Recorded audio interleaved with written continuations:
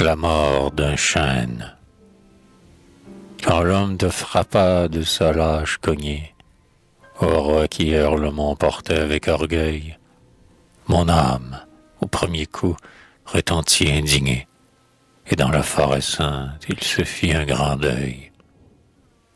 Un murmure éclata sous ces ombres paisibles, j'entendis des sanglots et des bruits menaçants, je vis errer des bois les hôtes invisibles, pour te défendre, hélas, contre l'homme impuissant.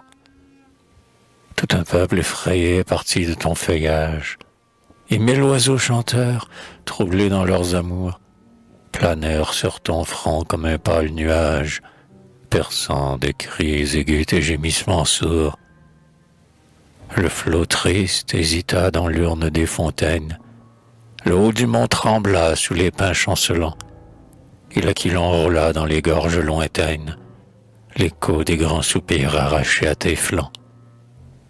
Ta chute laboura comme un coup de tonnerre, un arpent tout entier sur le sol paternel, et quand son sein meurtri reçut ton corps, la terre eut un rugissement terrible et solennel. Car si belle t'aimait, toi l'aîné de ses chaînes, comme un premier enfant que sa mère a nourri, du plus pur de sa sève elle abreuvait tes veines, et son front se levait pour te faire un abri. Elle entoura tes pieds d'un long tapis de mousse, où toujours en avril elle faisait germer, pervenche et violette à l'odeur fraîche et douce, pour qu'on choisît ton ombre et qu'on y vînt t'aimer. Toi, sur elle épanchant cette ombre et tes murmures, oh, tu lui payais bien ton tribut filial, et chaque automne à flot versait tes feuilles mûres, comme un manteau d'hiver sur le coteau natal. La terre s'enivrait de ta large harmonie. Pour parler dans la brise, elle a créé les bois, quand elle veut gémir d'une plainte infinie, des chênes et des pins l'empruntent la voix. Si belle t'amenait une immense famille. Chaque branche portait son nid ou son essaim. Abeilles, oiseaux, reptiles, insectes qui fourmillent, tous avaient la pâture et l'abri dans ton sein. Ta chute a dispersé tout ce peuple sonore. 1000 êtres avec toi tombent anéantis. À ta place, dans l'air, seuls voltigent encore quelques pauvres oiseaux qui cherchent leur petit. Tes rameaux embroyés des troncs déjà robustes. Autour de toi la mort a fauché largement. Tu gis sur un monceau de chênes et d'arbustes. J'ai vu tes verts cheveux pâlir en un moment. Et ton éternité pourtant me semblait sûre. La terre te gardait des jours multipliés. La sève afflue encore par l'horrible blessure qui dessécha le tronc séparé de ses pieds. Oh, ne prodigue plus la sève à ses racines. Ne verse pas ton sang sur ce fils expiré. Mère, garde-le tout pour les plantes voisines.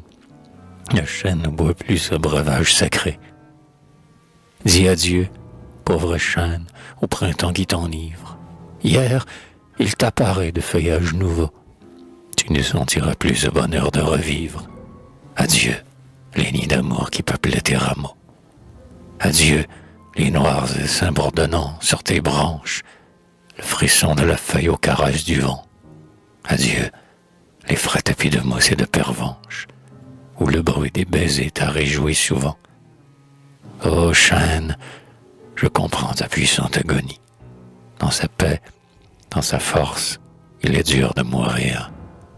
À voir crouler ta tête au printemps rajeuni, je devine, ô géant, ce que tu dois souffrir. Ainsi, jusqu'à ses pieds, l'homme t'a fait descendre. Son fer a dépecé les rameaux et le tronc. Cet être harmonieux sera fumée et cendre, et la terre et le vent se le partageront. Mais n'est-il rien de toi qui subsiste et qui dure? Où s'en vont ces esprits d'écorce recouverts? Et n'est-il de vivant que l'immense nature, une au fond, mais s'ornant de mille aspects divers? Quel qu'il soit, cependant, Ma voix bénit ton être. Pour le divin repos qu'à tes pieds j'ai goûté. Dans un jeune univers, si tu dois y renaître, puisses-tu retrouver la force et la beauté. Car j'ai pour les forêts des amours fraternels, poète vêtu d'ombre et dans le paix rêvant, je vis avec lenteur, triste et calme, et, comme elle, je porte haut ma tête et chante au moindre vent. Je crois le bien au fond de tout ce que j'ignore. J'espère malgré tout, mais nul bonheur humain. Comme un chêne immobile en mon repos sonore, j'attends le jour de Dieu qui nous luira demain. En moi de la forêt le calme s'insinue, de ces arbres sacrés dans l'ombre ensevelie, j'apprends la patience aux hommes inconnus, et mon cœur apaisé vit d'espoir et d'oubli. Mais l'homme fait la guerre aux forêts pacifiques. L'ombrage sur les monts recule chaque jour. Rien ne nous restera des asiles mystiques où l'âme va cueillir la pensée et l'amour. Prends ton vol, ô mon cœur. La terre n'a plus d'ombre, et les oiseaux du ciel, les rêves infinis, les blanches visions qui cherchent les lieux sombres, bientôt n'auront plus d'arbres où déposer leur nid. La terre se dépouille et perd ses sanctuaires.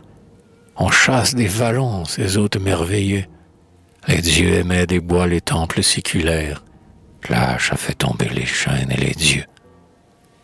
Plus d'autels, plus d'ombrage et de paix abrités, plus de rites sacrés sous les grands dômes verts. Nous léguons à nos fils la terre dévastée, car nos pères nous ont légué des cieux déserts.